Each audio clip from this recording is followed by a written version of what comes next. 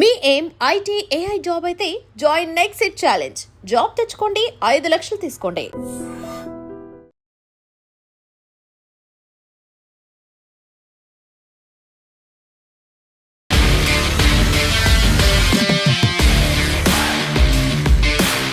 నమస్తే, welcome to iDream inside politics with Kavitha. September 17ని తెలంగాణలో 3 పార్టీలు 3 రకాలుగా జరుపుకున్నాయి. యాక్చువల్గా తెలంగాణకి సంబంధించి స్వాతంత్రం వచ్చిన రోజుగా దాన్ని తెలంగాణ స్వాతంత్ర దినోత్సవంగా జరుపుకోవాలి అనేటువంటి వాదన కూడా మొదలైంది. అయితే సెప్టెంబర్ 17 అంటే ఏంటి, దానికి ఎందుకంత ప్రాముఖ్యత ఉంది, యాక్చువల్గా చరిత్ర ఏం చెప్తోంది? మనతో పాటుగా ఉన్నారు పొలిటికల్ అనలిస్ట్ వి ప్రకాష్ గారు. ప్రకాష్ గారు, సో సెప్టెంబర్ 17 తెలంగాణ విమోచన దినోత్సవం కాదు, విలీనమైంది, విలీన దినోత్సవం మాత్రమే అనేది. అది కూడా కాదు, తెలంగాణకి ఒక స్వాతంత్రం వచ్చింది, అందుకని తెలంగాణ స్వాతంత్ర దినోత్సవంగా జరుపుకోవాలని. మీరు దీన్ని ఏ కేటగిరీలో చూస్తున్నారు? అంటే ఆ రోజు జరిగింది ఏంటంటే, అప్పటిదాకా రాచరిక వ్యవస్థ ఉండేది. ఆ రాచరిక వ్యవస్థ ప్రజాస్వామ్య వ్యవస్థగా పరిణమించే దశలో అదొక ప్రారంభం. దాని విలీనం బలవంతంగా అయిందా, దురాక్రమణ ద్వారా అయిందా, ఇది వేరు విషయం. బట్ తెలంగాణ గడ్డ మీద జరిగిన పరిణామం ఏంటంటే, రాచరిక పాలనకు స్వస్తి చెప్పి నిజాం సరెండర్ అయి ప్రజాస్వామ్య వ్యవస్థలో భాగమైండు. టెక్నికల్గా కాలేదు, చట్టబద్ధంగా కూడా కాలేదు, బట్ ఫిజికల్గా అయిండు.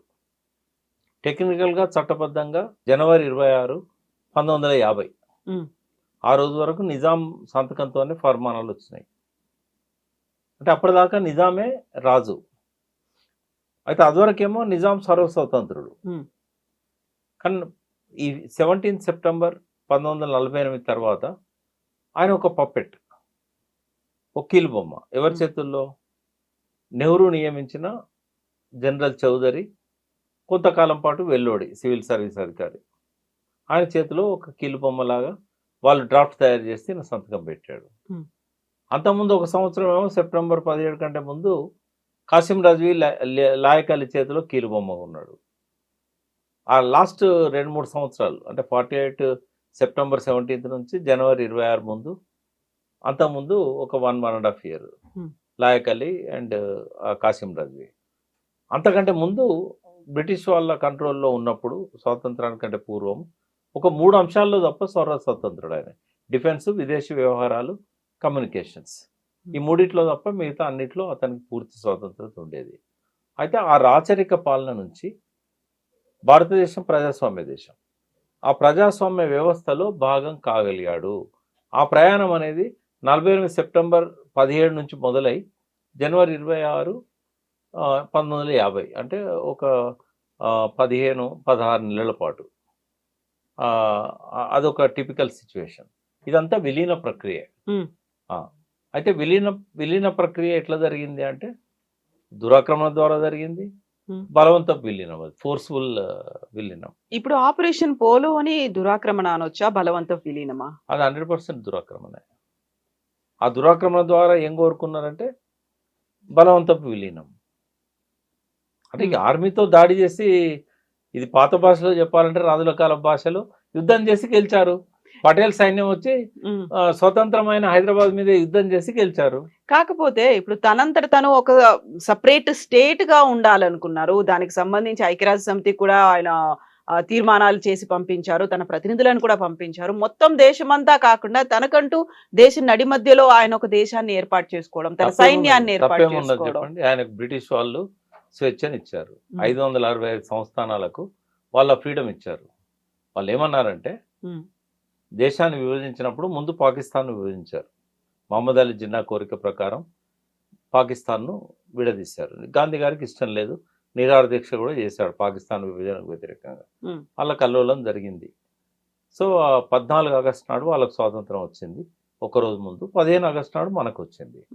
మనకు వచ్చినప్పుడు ఈ 2 దేశాలలో మీరు ఏ దేశంలోనైనా ఉండొచ్చు, ఏ దేశంలో ఉండడానికి ఇష్టపడకపోతే మాతో మీకు ఎలాంటి సంబంధాలు ఉండేదో రాజులతో, బ్రిటిష్ వాళ్ళకి, ఆ ఫ్రీడమ్ మీకు ఉంటుందని చెప్పారు వాళ్ళు.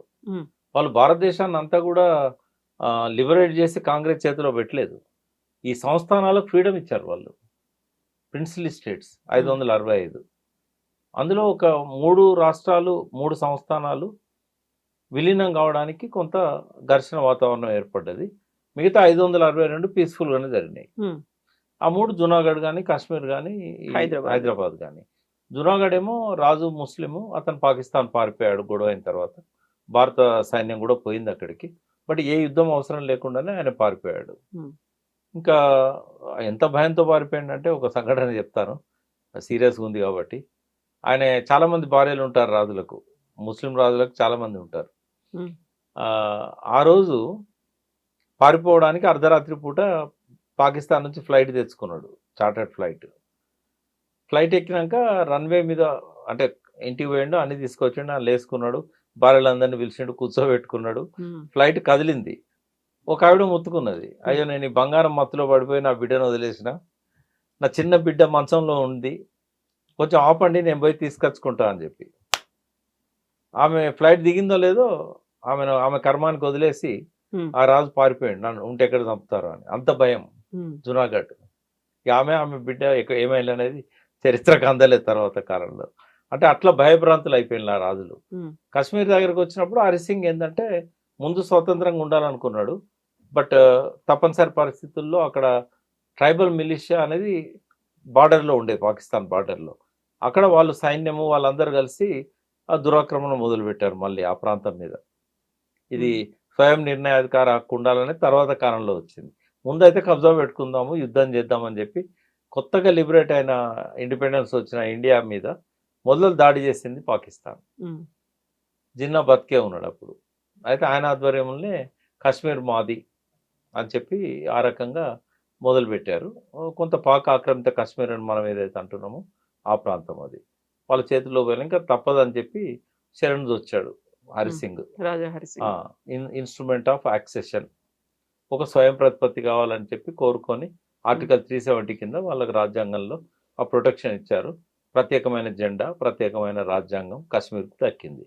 హైదరాబాద్ విషయంలో ఈ రెండు జరగలేదు. ఇక్కడ ఏమైందంటే స్వతంత్రంగా ఉండాలని నిజాం అనుకున్నాడు. చాలామంది అంటున్నట్టు తాను పాకిస్తాన్లో కలవాలని ఏ రోజు అనుకోలేదు. అక్కడి నుంచి వచ్చిన మహమ్మద్ జిన్నాతో కూడా ఆయన మాటలలో ఎక్కడ కూడా ఆయన కలవాలి, పాకిస్తాన్తో ఉండాలి, మాకు సాయం చేయండి అన్నాడే తప్ప ఏ రకంగా కూడా పాకిస్తాన్లో విలీనం కావాలని నిజాం కోరుకోలేదు. కాకపోతే ఒక సపరేట్ దేశంగా ఉండాలనుకున్నాడు, సపరేట్ దేశంగానే ఉండాలనుకున్నాడు. దానికి ఉస్మానిస్తాన్ అని కూడా ఆయన పెట్టలే పేరు, అది ఓ జర్నలిస్ట్ పెట్టాడు. పాకిస్తాన్లో ఉన్న ఒక జర్నలిస్ట్ ఆ పేరు పెట్టాడు, నా పుస్తకంలో రాశాను అది.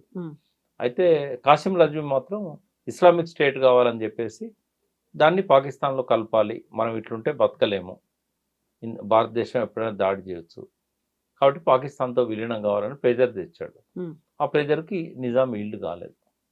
లాస్ట్గా 29 నవంబర్ నాడు యథాతథ ఉడంబడిక, అంటే బ్రిటిష్ వాళ్ళతో ఎట్లా ఉండేదో నిజాం సేమ్ ఈ 3 విషయాలు, డిఫెన్స్, విదేశీ వ్యవహారాలు, కమ్యూనికేషన్స్, మిగతా అన్నిట్లో నిజాంకు సర్వస్వతంత్రుడుగా ఉండడానికి బ్రిటిష్ వాళ్ళతో ఎట్లాంటి ఒప్పందం ఉందో భారతదేశంతో అట్లాంటి ఒప్పందానికి నిజాం ఒప్పుకున్నాడు.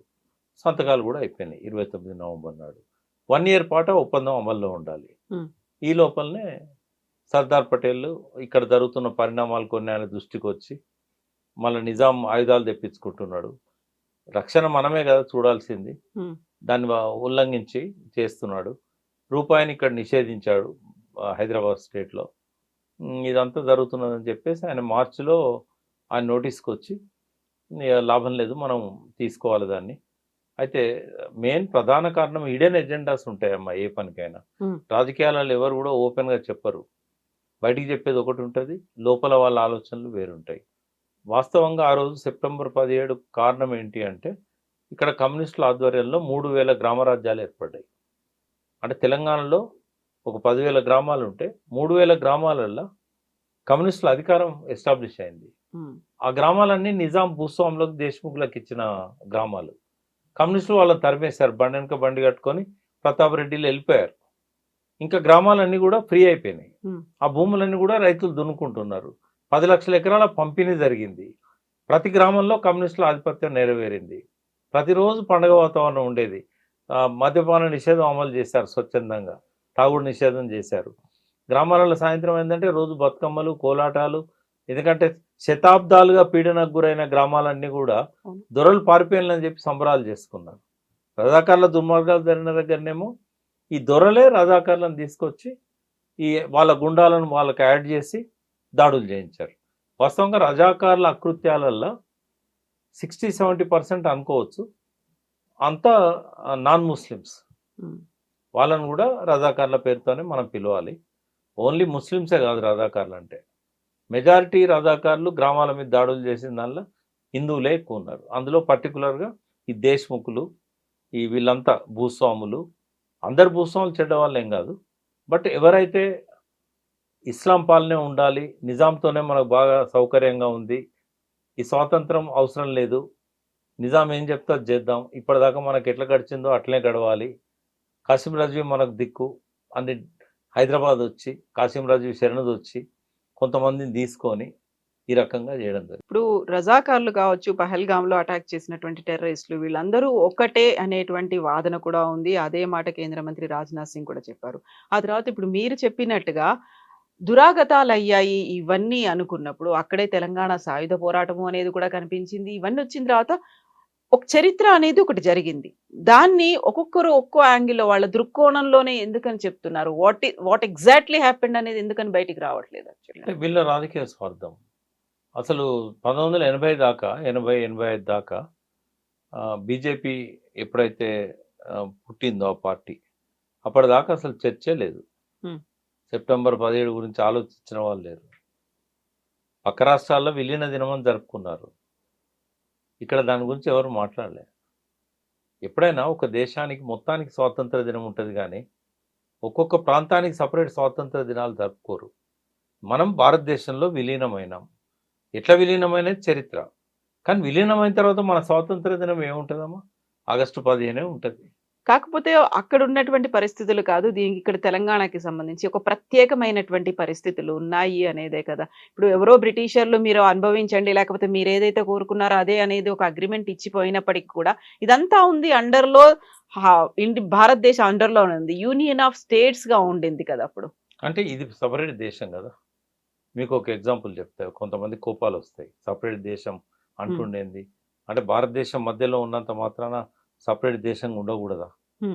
పక్కన సౌత్ ఆఫ్రికా ఉంది, స్వాజిలాండ్ అని, తర్వాత లెస్సతో అని కొన్ని దేశాలే ఉన్నాయి ఆడ.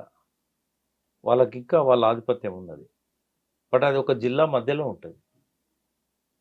ఒక జిల్లా మధ్యలో ఒక దేశం ఉంటుంది. ఫ్రీ స్టేట్ అనేది ఒక జిల్లా సౌత్ ఆఫ్రికాలో. ఫ్రీ స్టేట్లో 2 దేశాలు ఉన్నాయి. ఏమంటాం దాన్ని? ఉండొచ్చు అట్లా.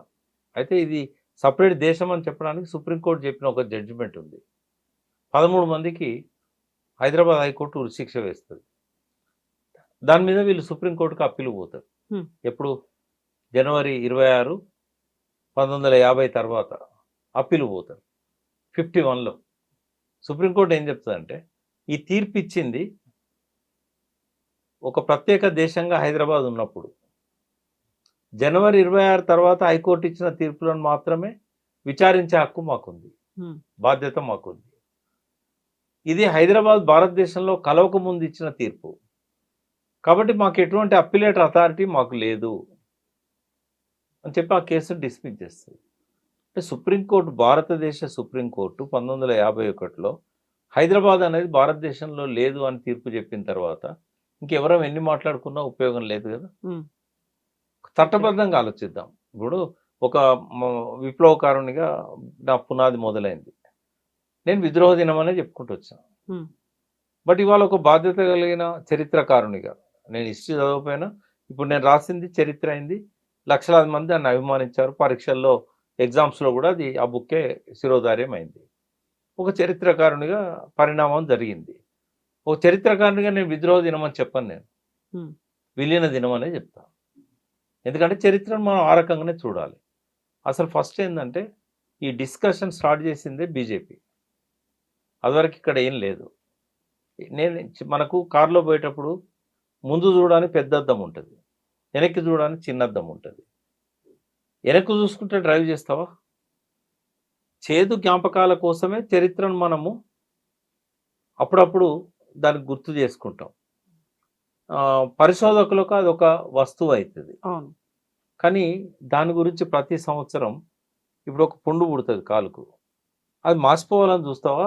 ప్రతి సంవత్సరం దానికి కత్తి పెట్టి గెలుపుతావా? ఈ సంవత్సరం, పోయిన సంవత్సరం నాకు ఈ ఆగస్టు 15 నాడు, నాకు ఇక్కడ సెప్టెంబర్ 17 నాడు ఇక్కడ పుండు పుట్టింది, ఇప్పుడు మాసిపోయింది, మళ్ళీ నేను దీన్ని గెలకాలి, మళ్ళీ రక్తం రావాలి. ఏందమ్మా ఇది? అది రక్తసిక్తమైన చరిత్ర. ఎవరు హ్యాపీగా లేరు. అది స్వాతంత్రం కాదు, అది వీళ్ళు అనుకుంటున్నట్టుగా ఏది కాదు. అది అది కేవలం ఆ రోజు జరిగింది ఏంటంటే, భారతదేశం తన సైన్యాలను పంపించింది నిజాం రాజును లొంగ తీసుకోవడానికి. భారతదేశం మధ్యలో ఉంది కాబట్టి ఫ్యూచర్లో నష్టం అవుతుంది. ఒక ప్రజాస్వామ్య దేశంలో ఈ రాచరిక వ్యవస్థను కలుపుకోవాలి. రాచరిక వ్యవస్థ ఉండడం వల్ల ఫ్యూచర్లో భారతదేశానికి ప్రమాదకరం. ఇది ఐక్యరాజ్య సమితి నియమాలకు విరుద్ధం, ఇది ప్రజాస్వామ్య సూత్రాలకు విరుద్ధం, ఇది బ్రిటిష్ వాళ్ళు ఇచ్చిన స్వాతంత్ర ఏదైతే ఆర్డర్ ఉందో వాళ్ళకి ఆ ఫ్రీడమ్ ఇస్తున్నామని చెప్పి దానికి విరుద్ధం. సాక్షాత్తు కేంద్ర ప్రభుత్వం చేసుకున్న యథాతథ ఉడంబడికకు కూడా విరుద్ధం. ఇన్ని విరుద్ధాల మధ్య జరిగింది అది. కాబట్టి ఇది లీగల్ ఎట్లయితుంది? ఇది 100% ఇల్లీగల్.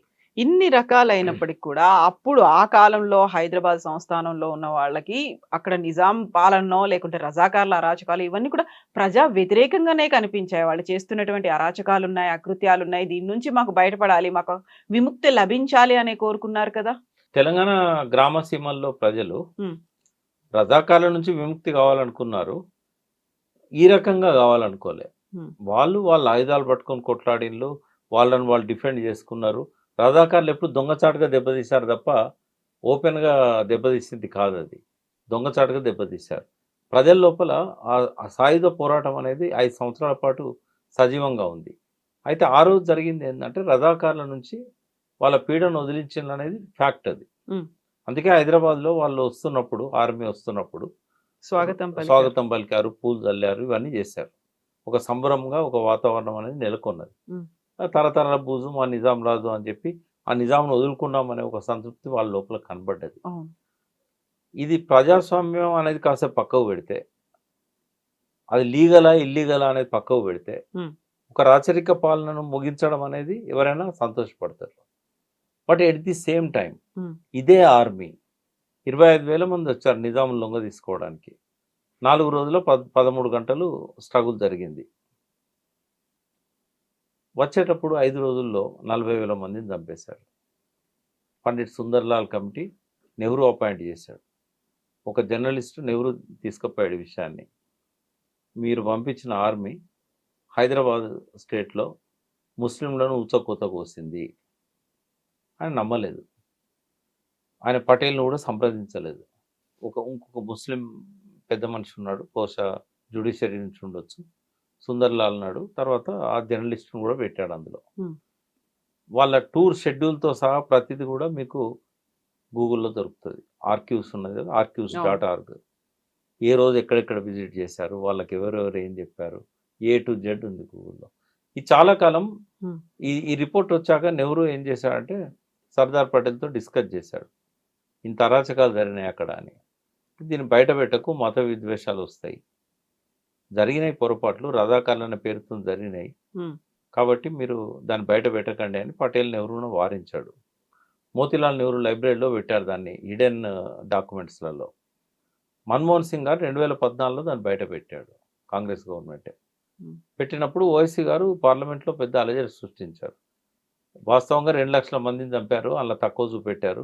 27,000 నుంచి 40,000 వరకు చూపెట్టారు అక్కడ అరాచకాలు ఎట్లా జరిగినాయి అనేది.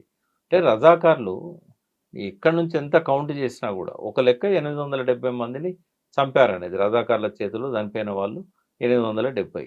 ఒకే ఊరు 1000 ఊరిల మర్రి అనేది ఉంది, అక్కడే 1000 మందిని చంపేశారు. మర్రి చెట్టుకి మర్రి చెట్టుకు రజాకార్లకి ఏం సంబంధం అమ్మా? 1000 ఊడల మర్రికి ఊరిలా రజాకార్లు ఎప్పుడు పుట్టినమ్మా? మజ్లిస్ ఎప్పుడు పుట్టింది? తెలివకి ఇష్టం వచ్చినట్టు మాట్లాడతారు. నాకైతే కళ్ళు తాగిన వాళ్ళే న్యాయం అనిపిస్తుంది. కొంచెం ఎక్కువ కళ్ళు తాగినా కూడా రిమ్ వస్తే పిచ్చి పిచ్చిగా వాగుతారు, కానీ ఇంత దౌర్భాగ్యంగా మాట్లాడరు. ఆ చెట్టు కల 1000 మందిని వేలాడదీయలేదు సందర్భం అమ్మా. 1000 ఊడల మర్రికి ఉరి తీసింది నిజమే. వాళ్ళు ఎవరు? ఉరి తీసిన వాళ్ళు ఎవరు? అసలు నిజాంకు సంబంధమే లేదు ఆ ఇన్సిడెంట్, తెలుసా మీకు? Hmm. అది జరిగింది నిర్మల్లో. ఉరిదీసింది ఎవరు? బ్రిటిష్ వాళ్ళు. ఉరిదీసింది ఎవరిని? రామ్జీ గోండును, ఆయన అనుచరులను, రోహిల్లాలను. ఏది పడితే అది మాట్లాడతారు. అది 1858లా, ఇది జరిగింది 1946లా.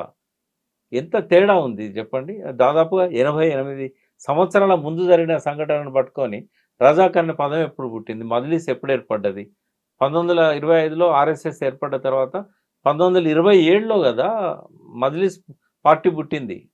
అంటే ఆ ఇన్సిడెంట్ జరిగినాక 75 ఏళ్ళ తర్వాత కదా, 80 ఏళ్ళకి కదా. ఏది పడితే అది మాట్లాడతారు. Hmm. చరిత్ర మీద జ్ఞానం లేదు. నేను అందుకే అంటున్నా కదా, వీళ్ళకంటే ఆ కళ్ళు తాగిన వాళ్ళు నేను బ్రాండి తాగి ఒక సీసా అంతా తాగి వాగుతాడు కదా వాడు, ఆ వాగుడు వినసొంపుగా ఉంటుంది దీనికంటే. చెత్త వాగుడు అంతా. చరిత్ర అధ్యయనం చేయొచ్చు కదమ్మా, కళ్ళు ఉన్నాయి, మెదడు ఉంది.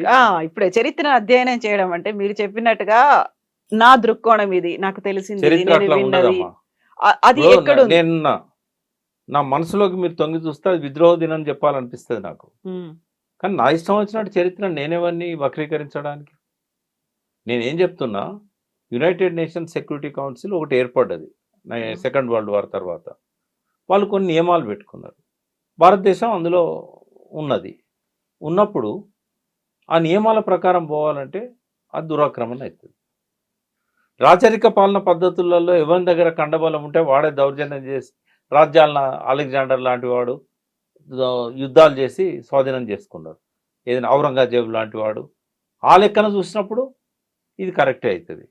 భారతదేశం చాలా శక్తివంతమైంది, దాడి చేసింది, ఆక్రమించుకున్నది. ఆక్రమించుకున్నదంతా బ్రిటిష్ వాళ్ళు కూడా అట్లే కదా మనల్ని. టిప్పు సుల్తాన్ ఎట్లా ఆక్రమించుకున్నారు? యుద్ధం చేసి లొంగ తీసుకొని చంపేసి చేశారు. అంటే మనది రాచరిక వ్యవస్థ కాదు కదా, ప్రజాస్వామ్య వ్యవస్థ కదా. ప్రజాస్వామిక వ్యవస్థలు అట్లా చేయకూడదు. ఐక్యరాజ్యసమితి సెక్యూరిటీ కౌన్సిల్ మెంబర్ ఉన్నావు కాబట్టి అట్లా చేయకూడదు. కానీ జరిగింది ఏంటి అని మీరు అడిగారు. జరిగింది విలీనం. అది ఫోర్స్ఫుల్ విలీనం. ఆ దురాక్రమణ ద్వారా జరిగిన విలీనం. ఆ దురాక్రమణను మనం గుర్తుపెట్టుకోవాల్సిన అవసరం లేదు. ఆ ఫోర్స్ఫుల్ను కూడా గుర్తుపెట్టుకోవాల్సిన అవసరం లేదు. ఇవాళ మనం ఉన్నాం ఈ వ్యవస్థలో. ఇవాళ ఎట్లున్నామో దాన్ని టేక్ ఇట్ యాజ్ గ్రాంటెడ్. ఎట్లున్నది అట్లా తీసుకోవాలి చరిత్రను. చరిత్రలో పరిశోధకులకు కావాలి, ఇది ఐక్యరాజ్యసమితి నియమాల ప్రకారం జరిగిందా, ఇది ప్రజాస్వామ్య సూత్రాల ప్రకారం జరిగిందా. సుప్రీంకోర్టే 1950 జనవరి 26 దాకా అది ప్రత్యేక దేశం అని చెప్పింది. ప్రత్యేక దేశం మీద భారతదేశం దాడి చేస్తే అది ఖచ్చితంగా దురాక్రమణ అవుతుంది అనేది రీసెర్చ్ వాళ్లకు. నేనేమంటున్నా, మానిన గాయాలను గెలకడం అనేది సంక్షేమ రాజ్యం యొక్క లక్షణం కాదు. కావాలని చేస్తున్నది ఎవరు అంటే బీజేపీ వాళ్ళు. ఇప్పుడు అవసరం ఆ చరిత్ర బీజేపీ వాళ్ళకు. ఎందుకు అవసరం అంటే వాళ్ళకు వేరే దారి లేదు. ముస్లింల మీద రెచ్చగొట్టి పరిపాలనను సుస్థిరం చేసుకోవాలి. ముస్లింలను తిట్టుకుంటూ హిందువులను ఐక్యం చేయాలి. ముస్లింలతో దాడులు చేయించుకుంటూ హిందువులలో దానికి తిరుగుబాటు దాడులను ఎంకరేజ్ చేయాలి. బీజేపీ మాకు రక్షణ అని చెప్పి హిందువులు అనుకోవాలి. అనుకుంటే ముస్లింలను రెచ్చగొట్టాలి, ఐఎస్ఐఎస్ తీవ్రవాదులను పెంచాలి. అవసరమా ఇదంతా? ఒక పక్క టెర్రరిస్ట్ యాక్టివిటీలు జరుగుతుంటే నీకేమొచ్చింది? ఓ పెద్ద సంబరం చేసుకుంటే పరేడ్ గ్రౌండ్లో ఒక పార్టీ వాడు వచ్చిండా, ఒక మామూలు ప్రజలు వచ్చారు? మొత్తం బీజేపీ కదా, స్టేజ్ మీద బీజేపీ, కింద బీజేపీ. ఆ దేశ టూరిజం శాఖ నిర్వహించింది అది. ఎవరన్నా నీకు సపోర్ట్ చేస్తున్నారా? ఇది ప్రజాస్వామ్య పాలన పద్ధతేనా? ఎప్పుడో 75 ఏళ్ళ కింద మానిన గాయాలను గెలకాలనే అవసరం ఏమొచ్చింది నీకు? నీకు వేరే ఎజెండా లేదా? అది నీ భావదారిద్ర్యం కాదా? సో ఇప్పుడు అది స్వాతంత్ర దినోత్సవం అయింది. ఆ తర్వాత రజాకార్లు పహల్గామ్ మీద అటాక్ చేసినటువంటి టెర్రరిస్టులు అందరూ ఒకటే, ఎవరినైనా ఒకే రకంగా ట్రీట్ చేస్తాము. మరి ఎవరు రజాకార్లు ఎవరమ్మా? అమిత్ షా వస్తే తెలుస్తుంది ఇక్కడ రజాకార్లు ఎవరు. విష్ణుడు దేశ్ముఖ్ పెద్ద రజాకార్, జన్నారెడ్డి ప్రతాప్ రెడ్డి పెద్ద రజాకార్, వాళ్ళ దగ్గర ఉన్న వందలాది మంది గుండాలు పెద్ద రజాకార్. కాసిం రాజు కూడా రజాకారే.